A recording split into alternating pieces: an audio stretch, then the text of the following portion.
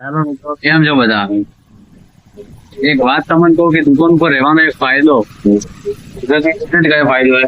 આગળ કરી દીધું. અરે ફાયદો આવી રીતે જયારે ગાડી આવે ને ત્યારે પૂછ લાગી જાય બરોબર. શું કેવું ભાઈ? સાચી વાત છે. આગળના વિડીયો તમે જોયું છે કે અમારું કેવું લાગે તો વિડીયો બતાવ્યું નહીં, ખાલી ગાડી બતાવી.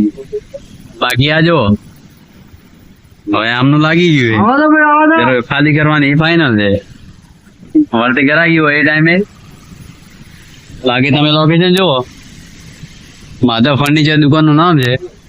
અરે ટોટલી ફર્નિચર ની આઈટમ રાખે છે.